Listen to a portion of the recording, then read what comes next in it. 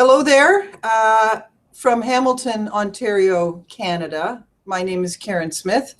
I am a fellow at Creating the Future and have the wonderful honor of kicking off a brand new initiative of Creating the Future called Ask Me Anything, which gives me the opportunity to ask questions about any topic of Creating the Future's Chief Mission Officer, Hildy Gottlieb.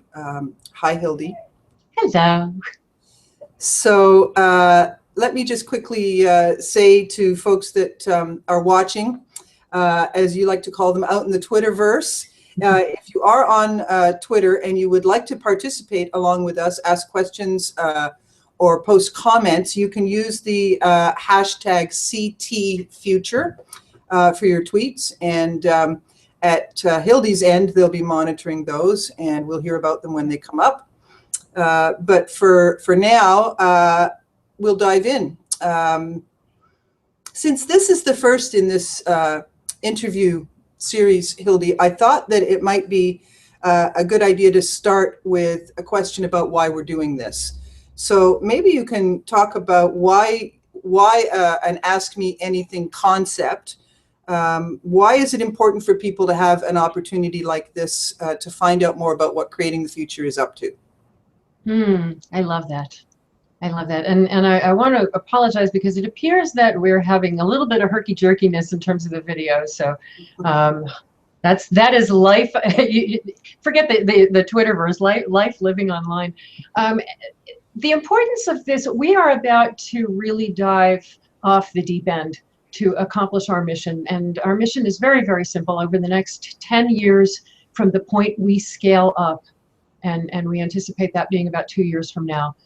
Within 10 years, we want to see a tipping point globally across all sectors where people know how to bring out the best in others, bring out the best in situations. And we know that if we're bringing out the best in others and situations, that we don't have to work so hard to change the world because things are just changing.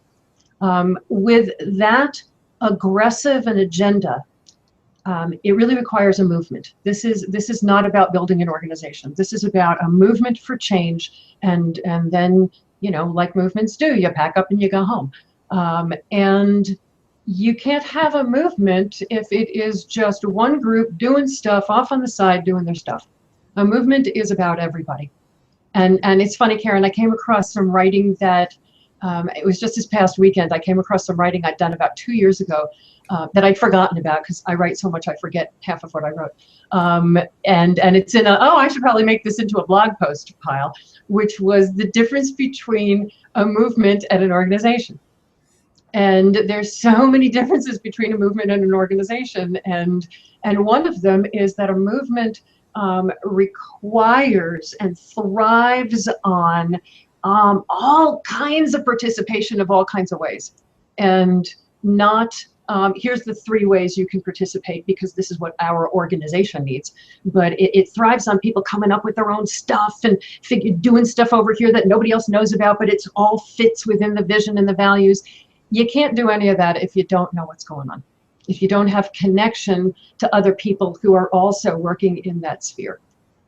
And so for us, it was just really important that if we're going to accomplish something really grand, that we be as deeply in communication as possible. And the thing that I love about the Ask Me Anything format, which is a Reddit meme, just, you know, we stole it wholeheartedly and love the meme. The thing about an Ask Me Anything is that it's not us as an organization sharing what we think people want to know. It's you guys asking what you really want to know and us trying to answer that to the best that we can. So very, very long answer, sorry, but that's the reason. Okay, and I do, by the way, it's about building community and building participation. And yeah. And I do think that there is a future blog post in the differences between a movement and an organization, just to throw my vote in for that. I love that concept of messages going out being limiting, and inquiries coming from out there to within being a lot more telling and a lot more engaging. So I loved this idea, and when I saw that you were going to do this, was delighted to throw my hand up and say, I'll do one. I'll do one. Okay, so having said that, thank you for that. Let's talk a bit about what's on the horizon and some of that exciting future stuff that you alluded to with creating the future. The movement that is coming together, that is creating the future, has identified some pretty bold strategic objectives for this coming year, certainly, but beyond that, including, as you mentioned, the start of the 10-year clock when that happens, which is the countdown then to mission accomplishment. What are the key things that happened last year that make this year's plan possible? Catch us up a little bit for folks who may not be plugged into this past year on the things that happened in the background or on screen or in the office or out in the world, the conditions that have been put in place and what that's making possible as we move into the year ahead. Wow. You know, it's been funny. It's not just last year. It's a couple of years, and it is the we almost see a wave up and down of busy years full of activity, and some years that are a little bit calmer and a little bit more building infrastructure. And then busy, and then a little bit calmer. And thank God for those calm, build the infrastructure years. Some of it is catch up, some of it is move forward, and so we've experienced that already in our very brief history. The very brief history is that we didn't start meeting as an organization with a board and trying to figure out, you know, what are we actually going to accomplish until 2011. And it wasn't until the beginning of 2013 that we even got our official tax exemption to be an official organization. So we're brand spanking new. And the pieces that got put into place up till now were all critical. I love the way you said it laid the groundwork. Some of it had to do with, and I'm going to say the most powerful piece, had to do with messaging and shared language. This is not a movement that is about making sure everybody has food or making sure that we end something. Certainly it's not about ending something, but creating something. It's about how we treat each other, how we be with each other. And for a long time, people sort of got it, but we didn't have words for it. Well, you can't really accomplish a whole lot if not everybody's using the same words or even similar words to describe what it is we're trying to accomplish. And so in my mind, I think personally for me and for many other people that I come in contact with, the fact that we now have solid messaging, the fact that we have a tagline that is so succinct, change the questions, change the world, that talks about what we're about, tells what we intend to create, and encourages, I mean, the very next thing people always say is, okay, so what kinds of questions? So it encourages, it invites the conversation. It invited the creation of a new logo. It has changed what I speak about when I do public speaking. So now I'm able to just talk about what are the questions that we ask that can change the world. I can actually talk about those. So I think that's probably, if I were to pick one, that would be the biggest one. The second one is less obvious to the outside world, but as any group that is trying to affect considerable change will tell you, it is probably, you know, equally as important, and that is laying infrastructural groundwork. We've had, you know, now 4 years, and last year was really the year that leadership was no longer about Hildy. Put it very bluntly.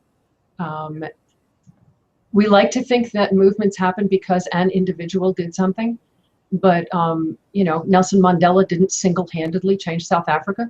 You need a group, and you need momentum, and that's what happened last year. Last year, key leadership roles were being filled by folks who feel deeply moved to participate and contribute as part of this effort.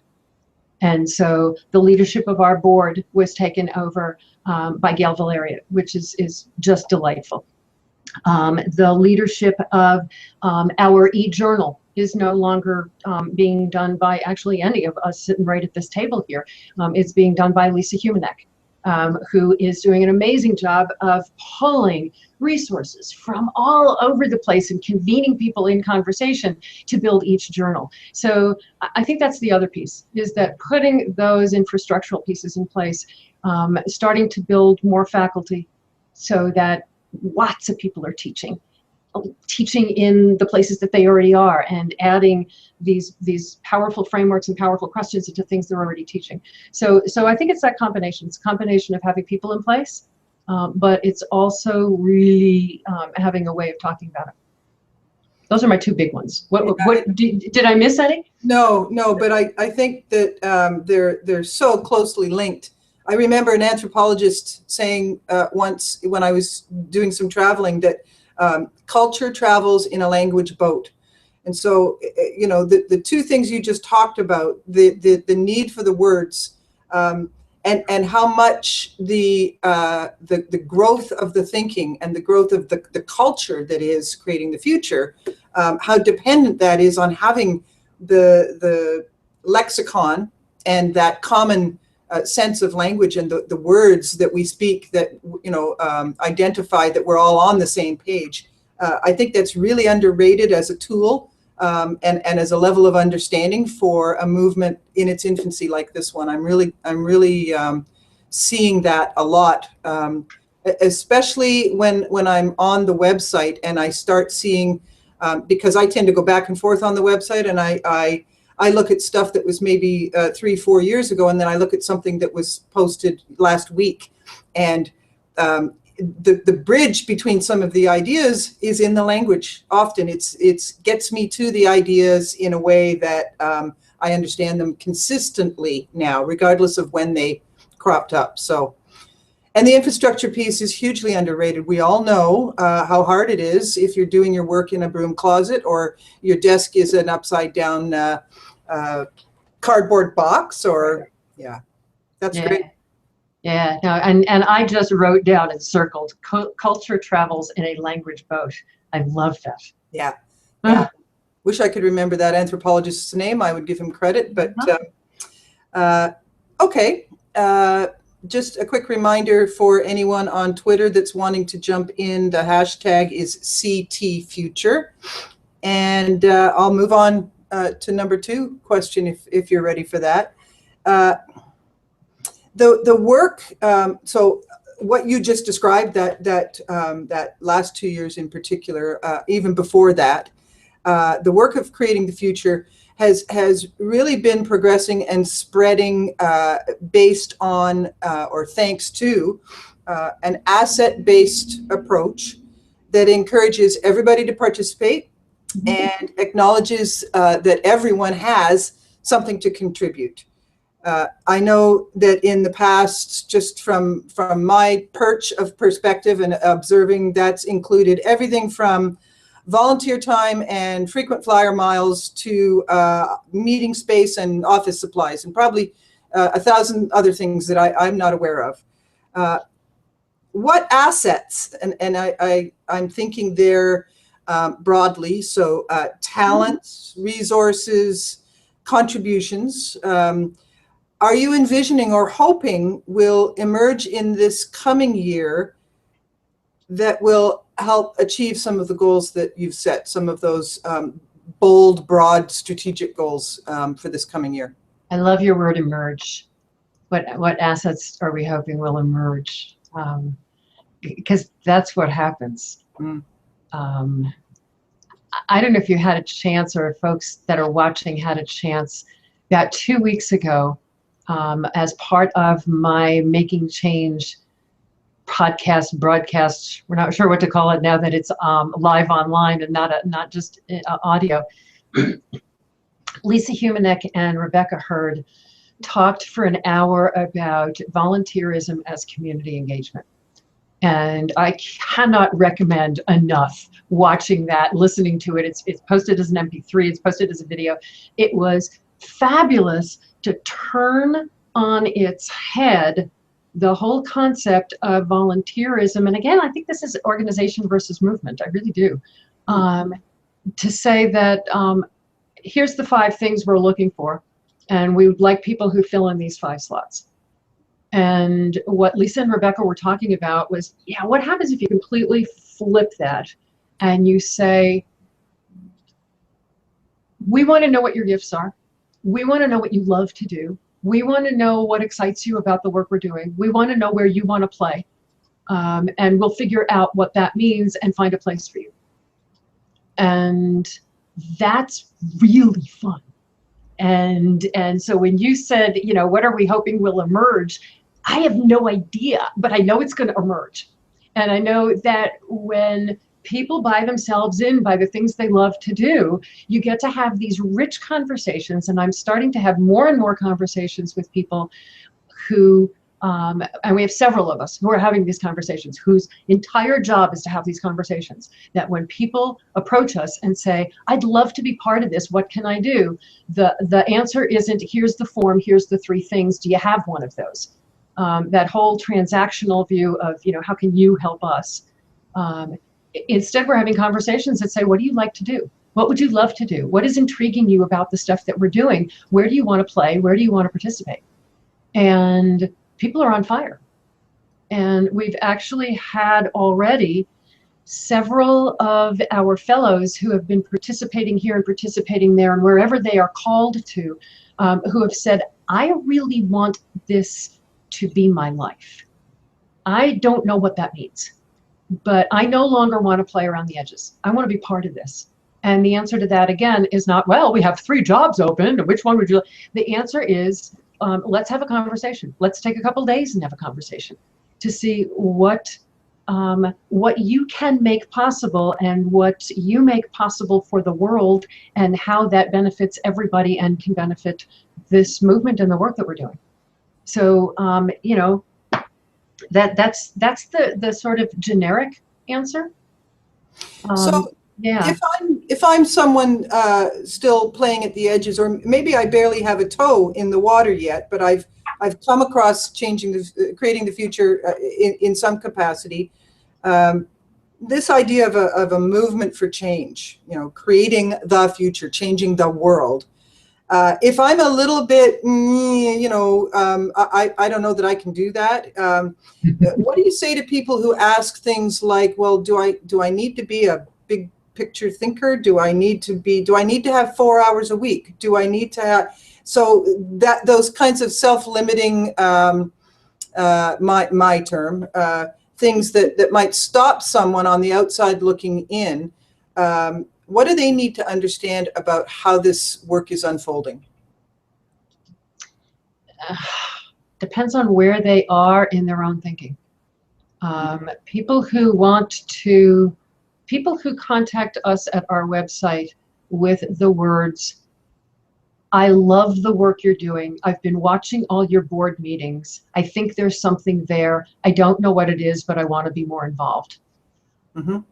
Get a very, very different answer than people who take a class with us, maybe one of our flash classes for $9.99, and they take it because they were interested in the topic and they saw it on Twitter. And they say, this is really cool. Do you have any more classes? Or I'd like to learn more. I really loved this one class. I'd like to learn more. And those people don't need to know that this is necessarily part of a movement. That may be, as you said, really intimidating to them, and I love the word self-limiting. It may be very self-limiting for them. Is that's not me, because you know we all sort of negate our power to change the world, and so the answer to somebody who's in that place of, yeah, you know, this really intrigued me. I'd like to learn more, is just a very different conversation. And It's not an all or nothing proposition. It's not a I'm altogether in or I'm altogether out. I can wade in and wade out. I can, right. Well, the conversation always starts with a question. Mm-hmm. So, you know, for us, it's all about the questions. And so when somebody asks, you know, I want to learn more, I'm not handing them a sheet with a checklist and saying, well, here's the things you can learn. I want to know, what do you want to learn? What intrigued you about the thing that, you know, what brought you to this place, to this door, and what resonated with you and what intrigued you? And when you say learn more, what does that look like to you? What does that feel like to you? Okay. And again, that's walking the talk of the questions that we would love to see embedded in everybody's life. Yeah. The notion that and again, you know, I hate to keep coming back to the organization versus movement, but organizations are focused on rigidity, and everything has to fit into columns, and movements need to be agile and need to meet people where they are, and need to really focus on the energy that people bring to that. So yeah, if I was looking for one prerequisite, it would be that they're interested and they're energetic. I mean, and those are the great assets. Yeah. I'm discovering, by the way, just as an aside to that, that there are more and more organizations out there who are not so rigid, and who really are trying to be about that energy and about what people bring, as opposed to being out there shopping for what they need. Maybe a topic for another time, but yeah, it's fabulous to see. We're seeing some of that ourselves right here where I'm working. So there's many organizations that are becoming more and more movement-like, and that's really powerful. It knocks down walls. It makes for all kinds, and it is usually because they are focused on a big picture outcome and not on maintaining the day-to-day. Yeah, vision. Yeah. Okay, so we said we're talking questions here. I have another one. Not to toss your words back at you, but you have said many times that people can't champion what they don't understand. And I thought about that in preparation today, and I'm wondering, among those people who emerged as some of the earliest ambassadors for creating the future, early adopters, maybe you could call them, what were the ideas or the concepts or the teachings that you're aware of that drew those people in and that inspired them to become champions for this work? I'm wondering how their early experiences and the early uptake of those people is reflected in the goals that you're now pursuing. Oh man, yeah. Well, everything is built on everything else. Yeah. You know, at its core, it's all the Pollyanna principles. It's those six. I've been lamenting that I haven't added the seventh, which if I were to ever to rewrite it, I would add the seventh, which is unless something's physically impossible, it's possible. But I think it really all comes back to that, those descriptions of reality, which is really what those principles are. They are descriptions of reality. We are creating the future with everything we do. We can create a great future. We can create a crappy one. We accomplish what we hold ourselves accountable for, and we build on strengths. We build on our values. We build on the deep relationships we have with each other. The acknowledgement that systems are what guide us. That you know. Individuals will go where systems lead them, which can also be said that systems fail before individuals fail. If we've got large groups of people we're blaming for X, it's probably not each and every one of them. It's probably a systems problem. And those are the kinds of things individually and collectively that have resonated with people, that draw them in. It really is, it just, powerful. I think a lot of what draws people in and has over time and has kept them coming back is that they keep seeing successes in things they had believed were really complex and hard to deal with.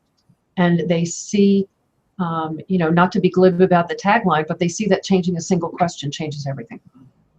They're walking into a room where there's been discord for 10 years, asking a single question and having everything change. And so, that ripples. And the people in that room want to know, okay, where did you get that? I'll tell you a quick story, Karen. It was probably one of my favorites. One of our fellows, Andrea John Smith, many years ago, 4 or 5 years ago, she left being with us here in Tucson, went back with what she had learned to Seattle, was going to be facilitating a 1-hour conversation in her membership organization about the issue of diversity and inclusion. And it was an issue that they had been putting on the table, taken off the table, dancing around for a while. And Andrea said, I'm going to take everything that I've learned about these questions and I'm going to put it out there. And for an hour, I want us to discuss it and see if we can come up with an actual plan. As happens in most organizations, the hour that she was allotted wound up being taken up with a board meeting over here and an issue over here and finances over there. And when she was done, I think she wound up having 17 minutes. And she started with the questions. And in 17 minutes, took them through a vision of what they wanted to make possible for the community, the conditions that needed to be in place for that to happen, the values that they wanted to guide their work, and initial action steps. And she did it in 17 minutes. Okay, that alone is cool. It certainly is. And especially as a first time, up to bat, awesome. However, somebody was in the group. One of the members of the group came up to Andrea afterwards, Peter, and he said, okay, I've never seen anything like that. I've never heard questions like that. Where did you learn that? And she said, it's what I went to Tucson for. And Peter got on the website, clicked, and said, I'm coming. Yep. That's what happens a lot. It is really people who are experiencing it. And, we always joke that it's the when Harry met Sally moment of, I'll have what she's having. But it really is. It's those messages wherever they happen to be, they resonate. And then the beauty of having, a learning community that is not just our fellows, but being a learning organization is everything that we learn in those endeavors, we bring back in and it fuels the next learning. And so it is this very porous membrane, if there's a membrane at all, of teaching, speaking, talking, conversing, learning, bringing it all back in, figuring more stuff out, putting it back out there and seeing it come back in. It's how we've gotten where we are. Well, I've seen learning organizations before. I can honestly say Creating the Future was the first learning laboratory in the context that you've been doing it that I had ever encountered. And all of that learning going on and all of those people and the flow of things in and out happening in such a transparent online live way. I had never seen anything like that before. And so that for someone who put a toe in initially and then ended up where I am today in terms of my involvement with Creating the Future, that propelled me forward because it not only that community that you just talked about, that community of others who speak that language, who have those same aha moments, Harry met Sally moments, but being fascinated by their success stories, being fascinated by their descriptions of what they've struggled with, being cheered on by people halfway across the world that I've never met, but who will tweet or send me a quick message and say, I understand you're doing this, good on you, and did you realize that this might come, and be prepared for it. It's fabulous, and it's so perpetuating in a helpful and growing kind of way. And you may not ever be aware of that. No, it is really fascinating to find out. It's one of the reasons that I love the fact that we do this live via Twitter, because at least somebody is tweeting and saying, because otherwise we just don't know. People are taking it, they're running with it, they're doing fabulous things that we just don't know. Speaking of which, Dimitri's waving at me, so I think speaking of the Twitterverse, Jane Garson tweeted that she loves the idea of the approach of rippling throughout the world. So true that one question can make all the difference. So people are watching. People are watching. We never know how much people are watching, and that's in any organization. That's, you know, even organizations when you've got the doors closed, people are watching. Sure. Sure. I like the view a lot better when the door's open. Oh, yeah. Lets the air and the light in. Yeah. Okay. Not that this is going to be the question that changes the world, but my next question for you is, I am pumped to find out what you can give us in the way of an update about the new Creating the Future logo and the website, because I know you've been doing all kinds of stuff, and I haven't heard an update for a while, so I was hoping that you could share something about where that's at. I will pass over to Dimitri. They haven't heard an update in a while, honey. It's, you know, one of the things that happens when you're in scale up mode, Karen, is that you're constantly chasing after what you just created, and you're starting things and it lights on fire, just like you just said. You know, people are doing stuff, and then you're going, oh, wait a minute, we need to tell them what's going on. So yeah, that's it is overdue. It's coming. The logo, we're starting to we had initially thought that with this new, truly amazing logo, that we would roll it all out at the same time. That people don't want to see something in dribs and drabs. Well, is this your logo? Is that your, it's, you know, having that consistent message again makes a difference. And so we thought that we would do that when we roll out the website, which is taking longer than we thought it would. So we're starting to roll the logo out in little places. So you may see it on some materials that we do. It's not changing at Facebook yet. It's not changing officially, but we're starting to roll out the logo because it's so cool and so beautiful. And maybe after this gets posted to the blog, we'll post a copy of the logo so that people can see it, because it is awesome. It's awesome. It is. And it's the one, and again, it's the one that you guys all chose. So, right. You know, we crowdsourced that, and it's the one that you guys all chose. Website. Using the framework that Creating the Future does everything. We have had 3 meetings so far that you can find online, in discussions with people across all sectors around the world, talking about, first, what can the website make possible and for whom. So the people that we want to reach to ripple this movement, what can the website make possible for them?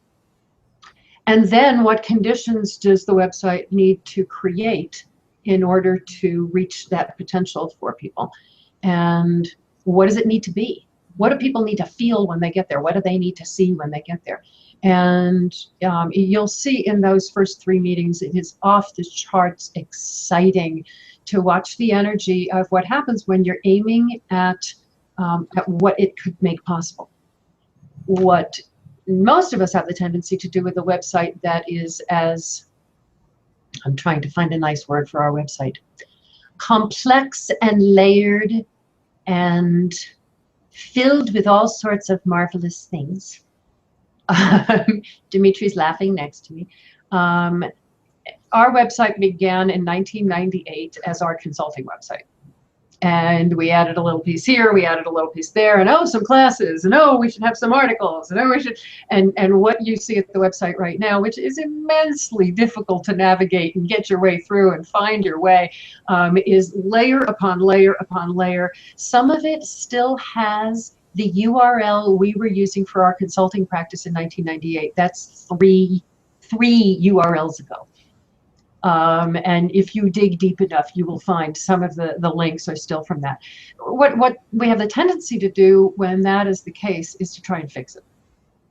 What most people are doing when they're looking at web work, either you're trying to fix it, or you're saying, even if you're like us saying we'll blow it up and start over again, it tends to be in reactive mode, which is what does our audience want and how can we give that to them? And while that has to be a piece of it, it can't be all of it if you're trying to accomplish something really huge. And so when we started asking the questions, what can the website make possible? It was all about connection. It was all about possibility. It was all about people connecting to their best selves, creating better environments for others, bringing out the best in others, bringing out the best in themselves, bringing out the best in situations. And as we started to talk about, okay, what would they need to see? What would they need to feel? Some of it was around language. Some of it was around obvious ease of access, an easy on-ramp to whatever it is they want. Some of that is technical, some of that is personal, some of that is cultural. Some of it, for instance, one of the most beautiful conversations, and I really urge people to at least download the MP3s and listen to them, was about the fact that frequently when people are searching for something online, they're not really sure what they're searching for. They're not really sure even what the question is to ask. So you start with something, and at least you have something else, and maybe after a while you find it. And the more we can be responsive to that and help people find their way in that, the more we are, again, accomplishing our mission, which is to bring out the best in people and to help them ask the question that they can't figure out what to ask. So that's what's going on with the website. The goal is that by September, and maybe let's say ish, by September-ish, we will have at least the beginnings of a new website that people will be able to at least from the front, know how to navigate in. And the good and exciting news about that is that in the next 2 months, you're going to see a crowdfunding campaign coming out of Creating the Future that will be, in part, will be to help us fund building the new website. Great. That's I know, great. very exciting. It's very exciting. It's very, very, very exciting because, you know, you really can't do, I mean, the goal over the next couple of years is that we have found partners who share our mission. So it's not the old silent financial partner who will invest in our mission and, you know, hopefully they won't say anything and tell us what to do. No, we know that there's people who share our mission, who want the same things we want. We want to find them. We want to get to know them. We are particularly looking for partners who want to learn alongside of us, plan alongside of us, apply whatever we learn and plan to themselves, not just to others. Not, oh, we'll help you, or to their grantees if it's a funder. It's always my favorite is funders who are on a learning mission so that they can tell their grantees what they should know, but they're not going to change their own board. We want people who, we want to find partners who believe in this in a way that they want to be it, bring what they have to the pot, and all of us plan together of how we can accomplish this shared mission over the next 10 years from the time we create that plan. And so what we're doing over the next couple of years is just putting the pieces in place. The website is a big infrastructural piece.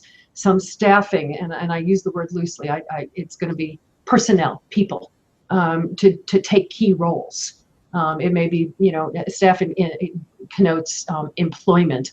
It may be, you know, via contract, it may be whatever it is, but key roles being filled in terms of infrastructure, website being filled in terms of infrastructure, meeting those partners, identifying those partners, having succession in place so that if along the way something happens to one of the key players, that we've got systems in place that can carry this forward, which I think is hugely, hugely important. So those are the pieces that we're putting into place, and the website's just such a huge piece of that, and a very exciting one. Awesome. Awesome. It is. Those are my questions. I thank you for your thoughtful answers, and for the whole list of things that I've written down that that I just learned in the last 40 minutes or so. I want to well, before I go there, one last opportunity for Dimitri to jump in if he needs to. And are we good? Anybody on the Twitter feed? No one new. Okay. Jane got retweeted by Rochelle Morgan, but Great. other than that, Great. we're good. Good questions, by the way. thank you. Good answers. So thank you for the opportunity and for the honor to sit down and chat with you about something that, you know, we're hopeful becomes a movement, and that these are the kinds of things that you know, people wanted to know. I felt a little bit of pressure asking, Being the first one, oh my goodness, on behalf of everybody else, going first. But I think it maybe lays the groundwork for the next set of questions, whoever's going to do this next.